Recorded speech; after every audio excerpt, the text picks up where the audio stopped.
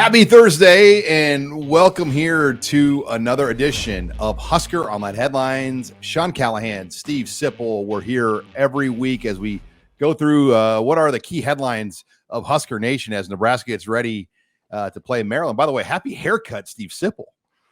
Well, Sean, I didn't know if you've noticed, but you did, and I appreciate it. Thank you.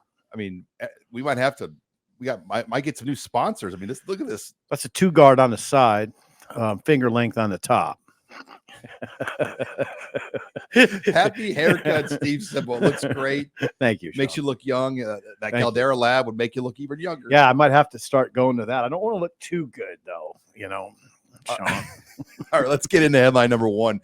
Going into the game Saturday, Nebraska, Maryland, big game for a lot of reasons, but it's a big game for Heinrich Haarberg. Our opening headline is this the comeback of Heinrich Haarberg or the continuation of his fall? And, it's interesting. You look at the numbers last week. Pro Football Focus does overall grades on just like the cumulative sum. And for offense, other than just the pure running, so the Haarberg run and a couple of the Johnson runs, it was one of their lowest games. It was their lowest graded out offensive game of the year. Ooh. Overall grade was the lowest. Mm-hmm. Pass blocking grade was the lowest. Passing grade was the lowest overall.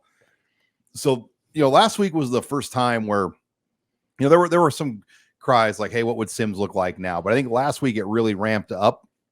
And what the coaches before last week could hang their hat on, it was Heinrich Haarberg is 5-1 as a starter. Mm-hmm. We're sticking with the winner. Well, last week, I think, the way the offense looked, it's led to a lot of debate. Will there be a shorter leash on Heinrich Haarberg? Didn't sound like it from what Matt Rule said on Monday. He actually kind of praised Heinrich because he's embraced that role so much. He embraces the pressure. But Sean, I would tell you this, and this on these shows, I've been kind of a defender of Heinrich Haarberg, wouldn't you say? Backer. But you have to acknowledge that I'd say in the last 2 games, he's taken a step back. He took a step back against Purdue, I thought, and it took another step back against Michigan State. Now, Northwestern, it's not like he lit the world on fire, but I think he was okay. Now, here's okay. I'd have to think back. Just okay. So 3 straight games, not great. But he fits what they're doing very well. And again, I always use the term willing combatant, and he's a very willing combatant. I mean, that's what Rule talked about on Monday. Loves his competitiveness, loves the way he embraces this challenge of being Nebraska's quarterback right now. And there he is. Yeah, I look at Haarberg. How do you look at him, Sean? When he holds the ball a long time, that's when the problems happen. I think when Haarberg gets rid of the ball quickly, where it's his 1-2-3 throw, like he's pretty solid. But when that 1-2-3 throw is not there, mm-hmm. and he has to kind of move around, look around, or run around because the protection breaks down, that's when the problems tend to have happened for Haarberg. He is not a good quarterback when the play breaks down. No, he's been indecisive. I've noticed the indecision more as a runner, which he addressed. Well, this teams week. are defending him differently. They're defending him better, probably. They're marrying a safety to him the entire game. So there's always a safety on him. It's like man-to-man defense. He's got his own man on him. And they're only playing one safety high, a lot of man-to-man on pass plays, forcing Nebraska's inexperienced young receivers to win at the line of scrimmage, get off the line of scrimmage, get open and tight man coverage, which they don't have a lot of guys that can do that right now.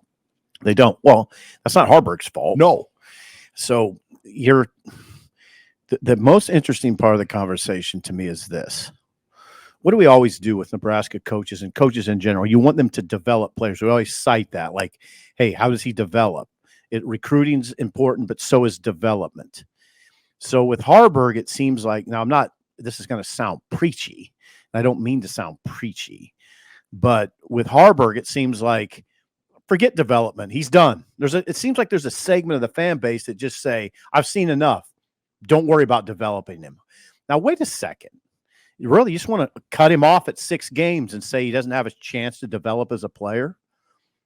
I have a problem with that. And apparently Matt Rule does. Because what did Rule say this week, Sean? I'm coaching I'm coaching Haarberg for the here and now, but also for next year and a year from then, 2 years down the line. And that raised eyebrows. That raised eyebrows of people that are just so. And I guarantee you, we're going to get a lot of comments on this because it's a hot button topic. That raised eyebrows of the people that just want to move on, discard him, white him out. That's an interesting approach to me. Like, oh, really? You just seen enough. 6 games. You're just ready to move on to the transfer portal. So Jeff Sims played 2 games as a starter and he had the offense had 8 turnovers. And then he came in, he's played 5 plays since that. He had a turnover that led to a touchdown and a terrible sack. So it's not like he's been much better. I mean, that's the thing. And I think there's this thought, Chubba. But again, we've seen Chubba. Like, I don't know. I mean, but I don't think this is just Heinrich Haarberg by default.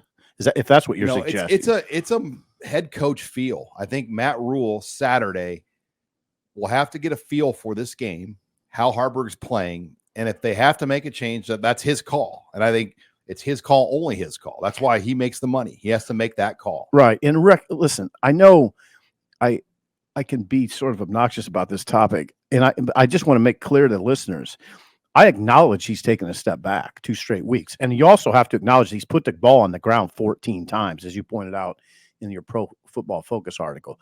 He's put the ball on the ground 14 times. He's a lot of the issue when it comes to turnovers. And Nebraska leads the nation in lost turnovers at 22. Yeah, they're minus 12. To put that in perspective, Nebraska's minus 12. To put that in perspective, Penn State is plus 16. But now they lead the nation, but plus 16. Maryland, by the way, right over the Mendoza line. They're 1. Yeah, they're basically plus 1. They've lost 12. Okay. So Nebraska has 10 more turnovers than Maryland. Wow. But a lot of that goes back to those first 2 games. I mean, Nebraska started in this hole that they were probably never going to get out of. When you start out the year -8. Yeah, it's hard to get out. You're right. I mean, it's like buying an expensive boat that you realize you can't afford. You're just not going to get out of debt. So with Heinrich, you hope that that it's not another step back. They would have had to beat Michigan State despite him. And you don't want that to be the situation that a team has to win despite its quarterback play.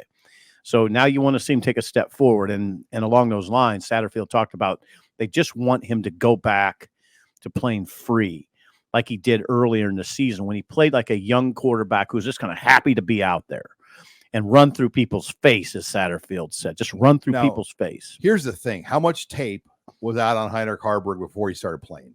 Not much. Zero. Yeah. So he had the advantage of having no tape out there on him. No tape of what the offense would look like with him. Yeah. Guess what's out there now? Lots of tape. Guess what's out there? Staffs with Connor Stallions all over them.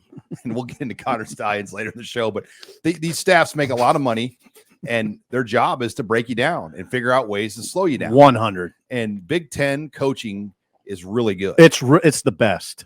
It's the best. And I think Matt Rule's learning that. Scott Frost for sure. I mean, Scott Frost thought he could just use his brilliant offensive mind and carve apart this league, and he learned the hard way. It's the best coaching league. Now, of course, our friends in SEC country would beg to differ, but you hear a lot of people say SEC's got better athletes. Big Ten's got better coaching. Yeah, I mean that's the SEC. That's Big Ten is a better lineman league too. Well, for O-line, O-line, I'd say O-line. I think the best D linemen in the world are from the Southeast. So, but pro coaches, a lot of those guys stay down there. Linemen, though, in the Big Ten are who they like to draft because they play in weather as well. Where those SEC guys don't play in cold weather. No, they're right. So yeah, it's going to be something to watch before we move into headline number 2. HuskerOnline headlines brought to you by our newest sponsor. And we got a lot of buzz on this one, by the way, nuts.com. And let me tell you, they send you these great bags of nuts.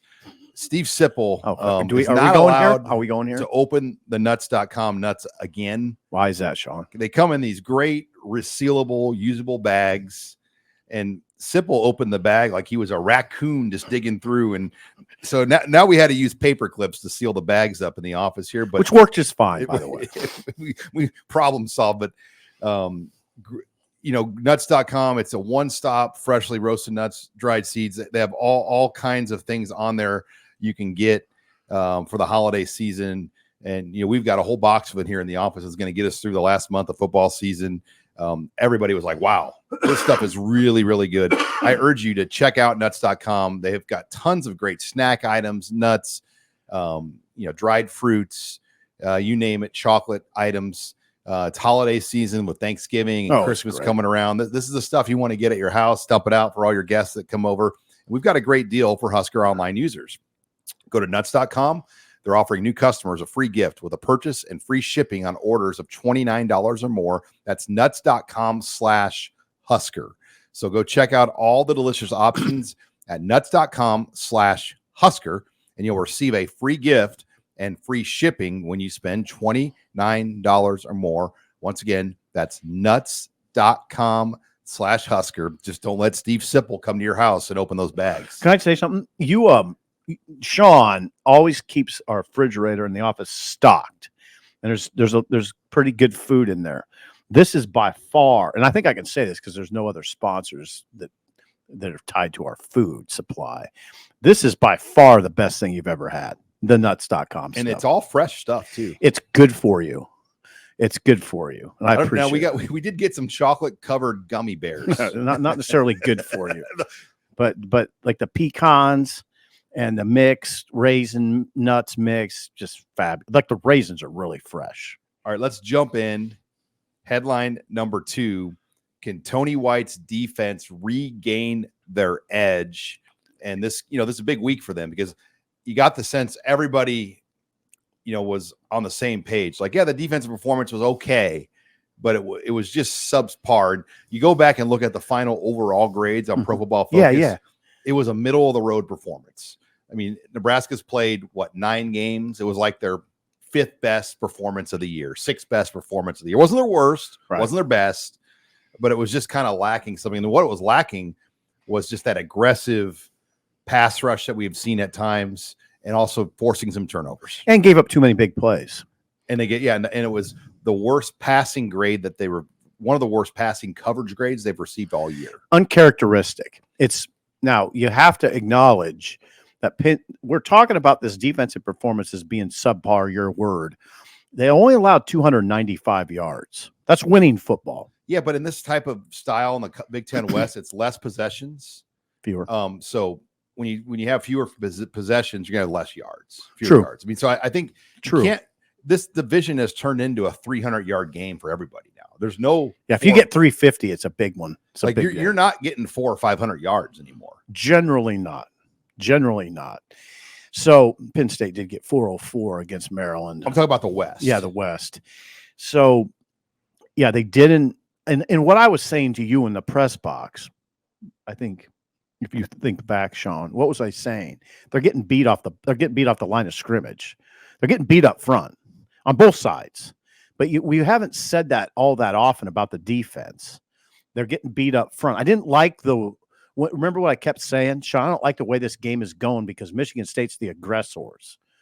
That they have Nebraska on its heels. Not the whole game, but I bet you I felt that way 60 to 70% of the day with it. Michigan State was the aggressor. Yeah, it never felt like there was like that 3rd and 12 situation where you're like, all right, Tony White, dial something up here. Well, it was always kind of like a 3rd and we're on the run. Yeah, it did. And Tony White, by the way, if you guys are listeners, listen to him on Tuesdays. He's very introspective. And in this case, Tony White, this week's case, he was really highly critical of himself. That he said, he said he was kind of conservative. He needed to be more aggressive as a play caller. And that you could tell it really bothered him. I think he feels like he cost him. Well, I know he does because he laid it out in pretty strong terms.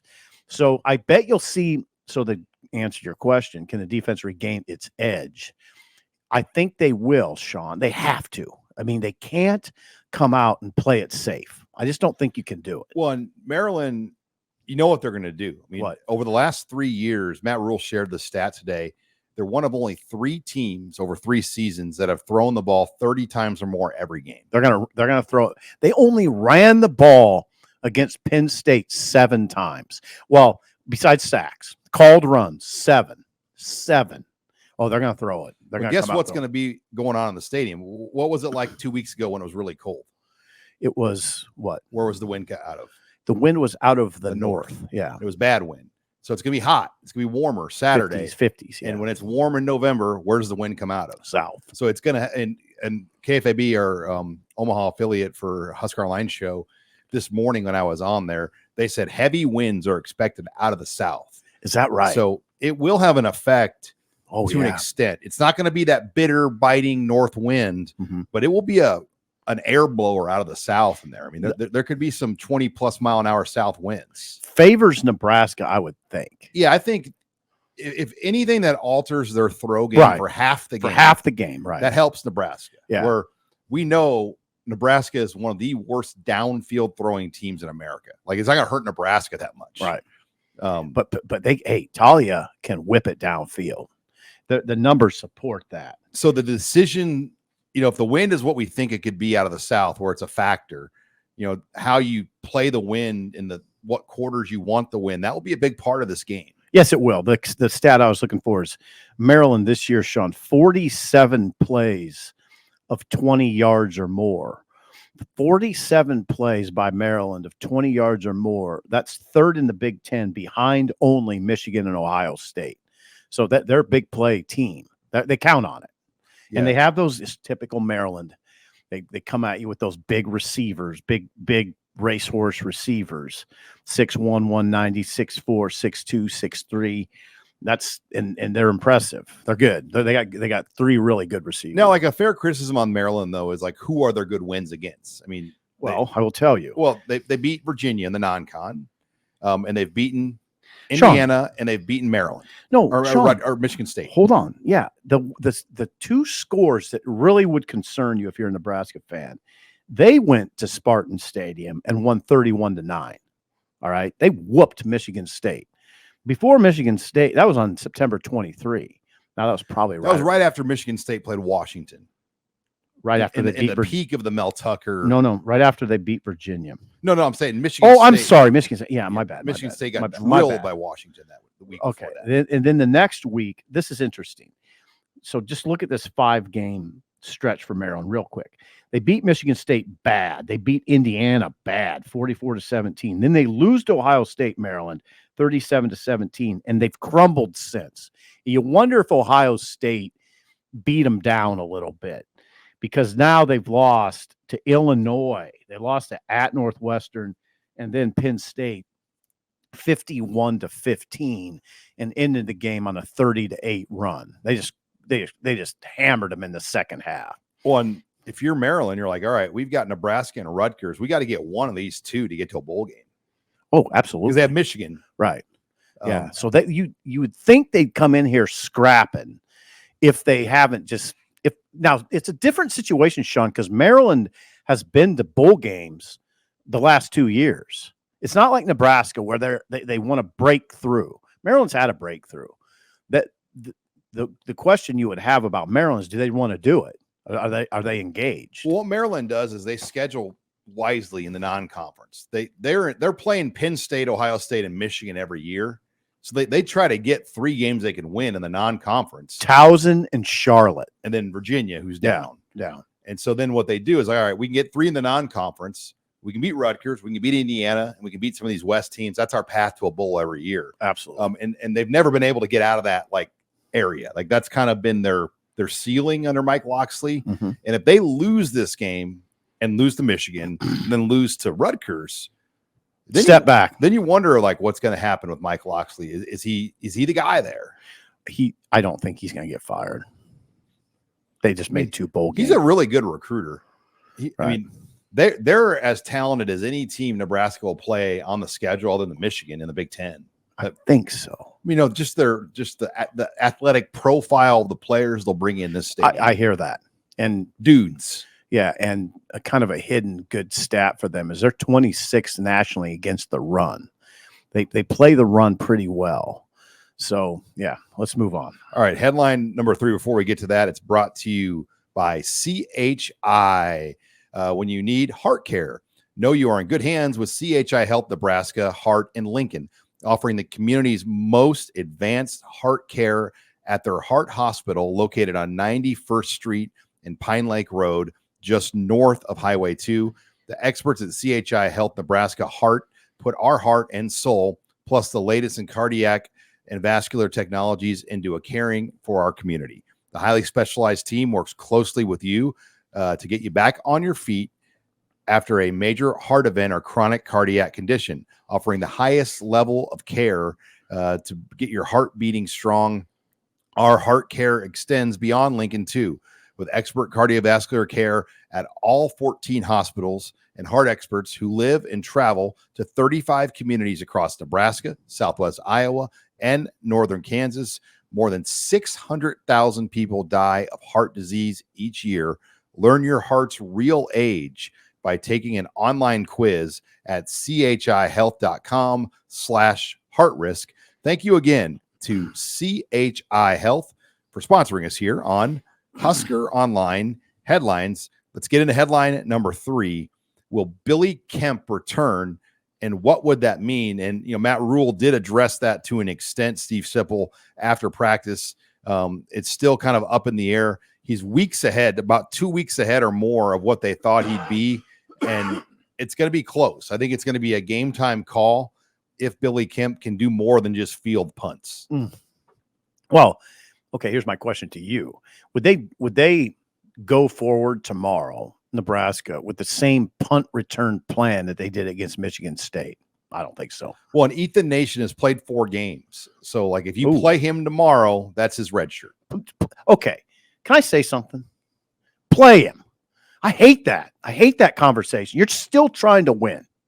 You're still trying to win. You're trying to win a division. If Ethan Nation can get you a 15-yard return, that's a big deal. Why would it even be a conversation? You're trying to win a division. And these kids nowadays, oh boy, that sounded like keeping somebody for 5 years is they transfer. I mean, why even worry about 3 years? Again, though, it will be Ethan Nation's call, though. Like, he'd ultimately have to say, I'll do it. Let's do it. But, if he played the final 3 games, that's 7. If they made a bowl, that's 8. Yeah, I might get hammered for this take, but I just don't even think it's a call. Emmett Johnson also now back, receiving punts. But Emmett Johnson, that's interesting. That's interesting. Being a punt returner, though, is totally different than being a kick returner. Oh, yeah. I mean, it's like standing in a field with guys running at you with swords, and they're going to come up to you about 2 feet away before you catch the ball. And you've got to dodge all these guys trying to cut your head off. I mean, it's hard. It's any special teams coach would tell you before the season when they say, okay, who wants to return kickoffs? Got a bunch of guys raise their hands. Okay, who wants to return punts? You don't get many. It's not an easy job. No, I like that. I do like the thought of Ethan Nation returning punts, advancing punts. I've seen enough of Emmett Johnson. I know enough about Emmett Johnson to know he'll try it. He'll field the ball and go upfield. It makes you really appreciate it, like a DeMornay Pearsonell as a true freshman, what he did in that role for Nebraska. Okay, how about we go back to DeJuan Gross, and I will tell you this. DeJuan Gross in 2001 averaged 14.3 yards per return. 14. And people tried to keep it away from him. 14. Well, that's back when Nebraska, you know who they put back? They put 2 back. You know who else they put back? Keogh Craver. So is it simply because they don't want to, like, leave somebody uncovered at the line of scrimmage? Like, why don't teams it's tactical? Like, because if you have 2 back, somebody's not accounted for. Right. Now I think they did put 2 back. Now go back and look at the tape. The last punt when Nation was back there, I think they had 2 back. Well, I remember Osborne or Solich. There was a time where they had 3 back. Oh yeah. Like when it was really windy on a day like today, and if somebody wanted to trot out a bad rugby kicker or just a bad kicker, like, all right, do that. We're gonna have a guy at every spot to field this punt. Think about this stat, Sean. I think the number this year for Nebraska is 9 return punts for 24 yards. Okay, 24. In 2001, that they had 853 punt return yards. 853. I believe that Keogh averaged 11, but Dewan was their main guy. 14.3 yards per punt return. Dewan was an All-American. Yeah. Think about that. It's incredible. And that was a team that struggled on offense at times in Jamal Ord's first season. No, that 2001. 2001. Rose Bowl season. Yeah, Okay. 2001. I'm talking about 2002. Right. And Gross really helped cover. Oh, yeah. I mean, think what punt returns do for Iowa. Oh, yeah. Those are their best plays. Yep. Their punter and their punt return guy, Cooper DeJean, huge. Well, that's where if you had a DeMornay Pearsonell, like it changed the game. Yeah. If you could get 500 yards, not even 853 or 400 yards of punt return yards, but just think about what 800 yards of punt return yardage would do for a team like this. 2 more wins, probably. Well, it shortens the field. Yeah. And instead of starting at the 15, you're starting at the 35. Or with Dewan, is he's a threat to. But even if you could start drives at the 30 or 35, huge, 15, big difference. Huge. Because then you do have a kicker that can actually hit from distance. Yeah, huge, Sean. You're right. So yeah, Billy Kemp. And by the way, Deshaun Singleton ways away from coming back. A long ways away from coming back. Matt Rule said he did have that setback trying to come back. So, I mean, I would think at the best, maybe at the bowl game, but it doesn't seem very promising. Yeah, I wouldn't look for it. Elliott Brown out now too, had a surgery on his knee last week. And he had been signaling the plays for Garrett McGuire on the sidelines and wanted to prolong his surgery to keep doing it for the next few weeks. Matt Rule's like, no. Have your surgery, get ready for spring ball or get ready for fall camp.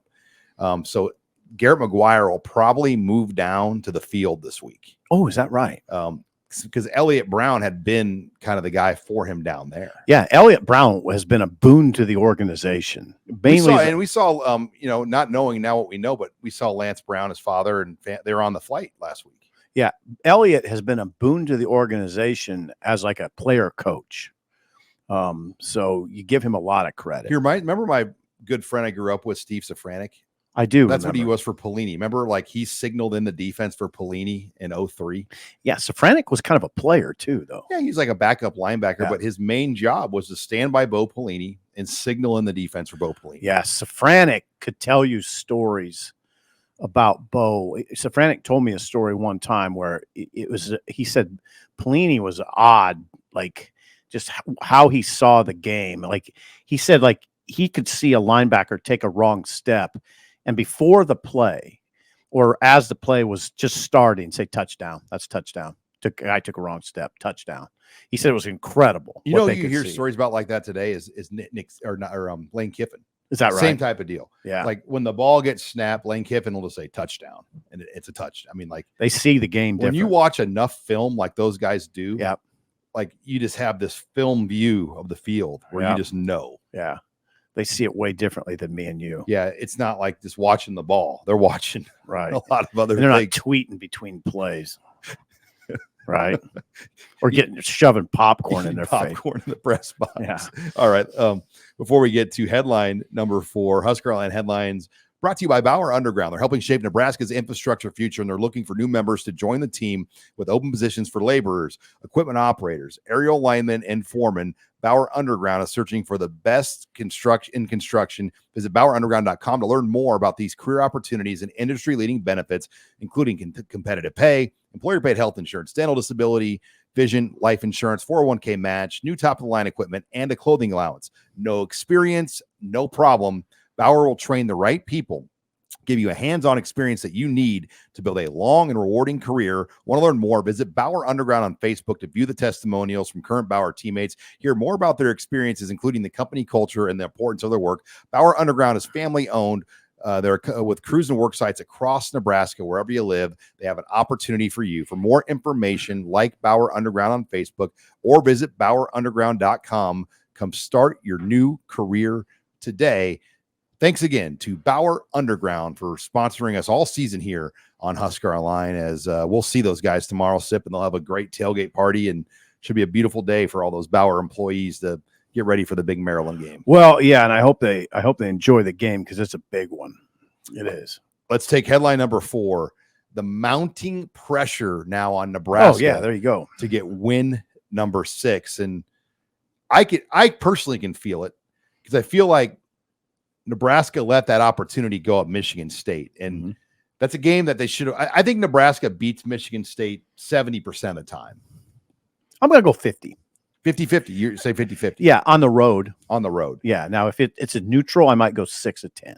But Nebraska, it felt like they could have and should have won that game. And now, all of a sudden, you got 3 games, underdog to Maryland by a point or 2. You're probably going to be a dog on the road in Madison at night, and Iowa's going to be just like this Maryland game.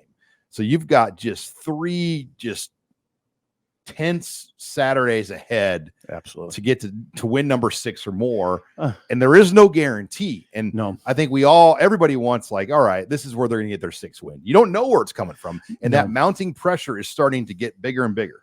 It is. I hope that the players don't look at it like I've heard media and people talk about it. I hope they don't look at it like, man, we just got to find 1 win in these 3.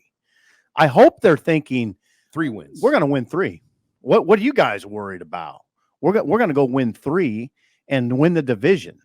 That's what especially Sean, don't you think that would be the posture of the veterans? Like, do you think Ty Robinson's over there at Memorial Stadium in the locker room going, God dang, Luke Reimer, I just hope we can win 1, just 1. No. That can't be the posture. It's got to be. Well, first of all, they're not looking beyond Maryland, but they can't be thinking we just got to get 1. Just what it means, though, is so significant. You see what I'm saying? To get to a bowl. I mean, huge. And I think back to 2020, they went 3-5, but they were eligible to go to a bowl. And the players voted not to go. And some of them did. Enough that they didn't have an O-line and any quarterbacks that were going to really be available. Great. I mean, it was going to be I'm trying to think who they were going to have to start at quarterback, but McCaffrey had already pretty much opted out. Great. Martinez was probably hurt. Yeah. He hurt his ribs against Rutgers. And it would have been a young Logan Smothers starting at quarterback. But they voted not to go. And in my mind, I'm like, God, this is a really significant decision because of like, hey, they haven't been to a bowl since 2016.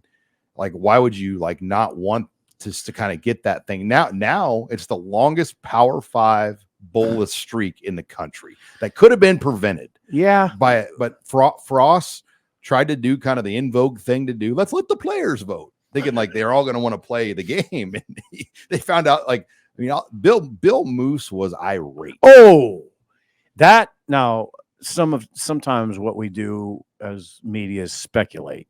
And that's not speculation. This is 100% not speculation. Moose was hot. I mean, I guarantee you his meeting with Frost was tense. Well, honestly, the relationship changed after 2020. Yeah. Yeah, of course Moose was hot because he's old school. Well, then Moose was gone by 2021. Right. And now I don't want to get into a long defense of the players in that situation because you know my feelings on it, but you have to look at it from their point of view. It was a long, ugly March. Yeah, the kids. COVID season was really the kids were weird. In Lincoln without going home at all from May to December 18th. So you can understand it from that side of it. But the other side of me is like one more week. Yeah, It was going to be one more week. Like, do it for the brand, do it for the program. You know, do what you're supposed to do. How I feel to be a Husker. Right. You don't turn down opportunities to play for the end. Yeah, Like, think how many former players would have loved to have one more opportunity to play for that end on their helmet, and they voted not to. Right. I mean, you can't ever look past that. Nope. And the era of Frost changed at that moment. It did. Wandell Robinson transferred. Luke McCaffrey transferred. Yeah, bad offseason. Bill Moose was fired by June. Yeah. Or retired. Yeah. With a buyout. he retired with a buyout. Yeah. Hefty buyout. So you can say he retired, I was fired, but yeah, no, you're right about the importance of getting to a bowl. What I would like to see is Nebraska win all 3 or win 2 of the 3 and not just eke into a bowl game, you know. When I've talked about this week in the 3-2-1 on Husker Online, there's always a chance they could get in at 5-7. Yeah, God, I hate that And conversation. they're 66th in the APR, so they're right in the middle. But then any 5-win team, that's how they're slotted based on those APR rankings. And so they wouldn't automatically get in. they're saying like 6 to 8 teams, and if that many go, they'd probably still go. But that can change quickly. We won't really know till later, but it would just feel dirty. Kind of dirty, but we have that frame of reference from the Foster Farms Bowl when Nebraska kind of backed in, and it turned out to be a great deal. They played a ranked team. They played a ranked team, played well against UCLA, buried them on the ground. It was a good bowl experience, as you remember, in San Francisco. Not that I want to go back there now, but it was a good experience. I didn't even go in the city. I came in later, and we just stayed out in Santa Clara. So yeah, getting to a bowl would be huge. And in this conversation, I think mainly of the veteran players like Polar Bear, like Nashot Mocker. I think of Luke Reimer. Mostly, I mean, let's face it, a lot of this is a defensive discussion because a lot of the veterans on that side of the ball. But Ben Hart, Nordi Nuili, those kind of guys. That's who I think about. That, Sean, I gotta think that they'll be hungry as hell tomorrow, Saturday. Hungry. I'm a little worried at 11 a.m. Yeah, what the atmosphere is going to be like. That's a good point. Like, no, it's never that very, very good. It's a real soft ticket market right now. Is it? Is it? Yeah. I mean, prices are low, and I mean, you can get tickets. I mean, for cheap. Like, God, I hate to hear that. I hate to hear that. Yeah, it's you can get club tickets for. I was looking the other day, $71. This was like earlier in the week. Yeah.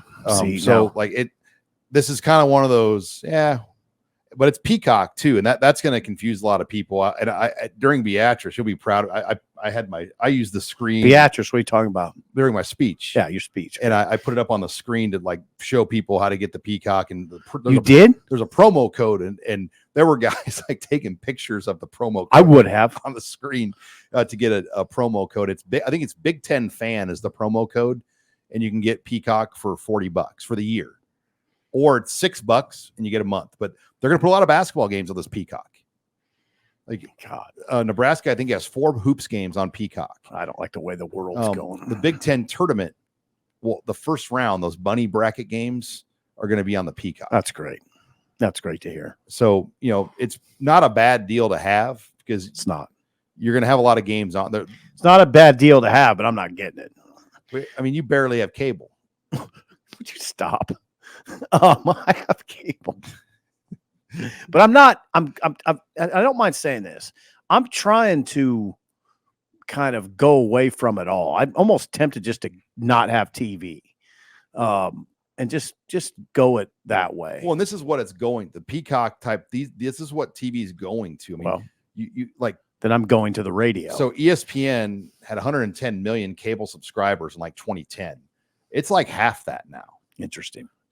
It's a more a la carte deal now where you selectively choose what you want for your content. I'm going back to what you said. It's a soft ticket.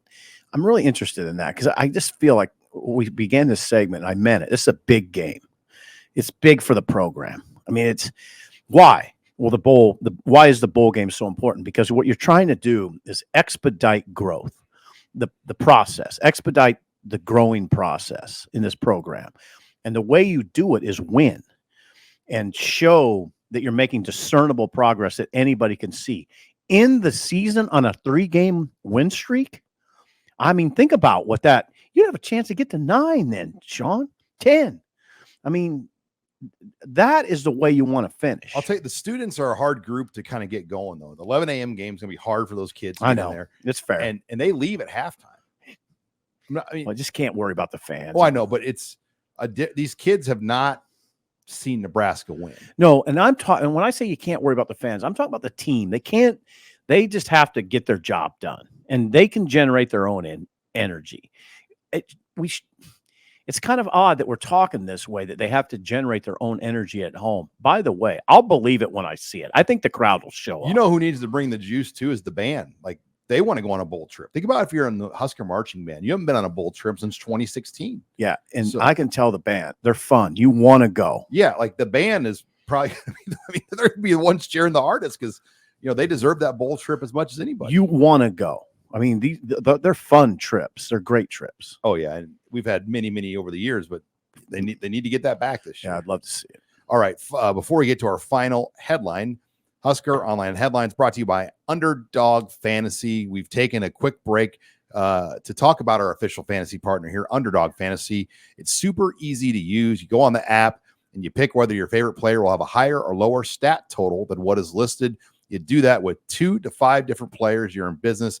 If you go 5 for 5, win 20 times your money on Underdog Fantasy. And you can do a lot of different picks between college football, NBA basketball, pro football, specific players. I mean, if you like something in the Nebraska game with Emmett Johnson or Heinrich Haarberg or Thomas Fedoni, you can go higher or lower on all those different things. Put in your picks, and if you go 5 for 5, 3 for 3, whatever, it's easy money. You hit on Underdog Fantasy. We've got a great special at Underdog Fantasy as well by simply using promo code Husker. Visit underdogfantasy.com, find them in the App Store, and use the promo code Husker to get your first deposit doubled of up to $100. You must be 18 and present in a state where Underdog Fantasy operates. Terms apply. Concerned with your play, call 800-522-4700 or visit www.ncpgambling.org. Thank you to Underdog Fantasy for sponsoring us here on the Husker Online Headline Show. Okay, final headline, Michigan. Oh, boy. Let's go. I mean, it's hot button topic. And latest comment today, Illinois head coach Brett Bielema, who nearly beat the Wolverines last year, by the way. They had him on the ropes, if you remember, in Ann Arbor. Said, if somebody has been going off campus, like it's been noted, and they were getting to our games before we played them that last year, that's sickening. It's disgusting. Ooh. Ooh. Ouch. And you heard Matt Rule's comments. I mean, it's a very back and forth battle. It's ugly because there is no precedent for this right now. There is no, if you do this, this is what happens to you. It's all on the judgment now of leadership in the NCAA. Tony Batiti has the ability to exercise the Big Ten sportsmanship bylaws clause, but it's extremely gray, especially if you throw the hammer down before due process is complete. Thank you for saying that, Sean. I'm a big fan of due process. I'm not a fan of cheating. And those are the allegations, but I am a big fan of due process. And people keep invoking this sportsmanship policy as a way for Tony Batiti to issue punishment. I'm very dubious to me that could happen. And in fact, Michigan, in its statement on this matter, says this. And this is a good statement Michigan put out. We are not aware of a single instance in which the sportsmanship policy has ever been deployed as a backdoor way of holding an institution responsible for a rule violation that has not even been established. People keep saying, well, he's got the sportsmanship policy, he can use that. Really? Here's what I would say to them. You are asking for heavy punishment to be levied on Michigan before an investigation is over. What country are we living in? How about an investigation is completed first? Well, I think doesn't that make sense? What's ramped this up is 2 games, Penn State and Ohio State.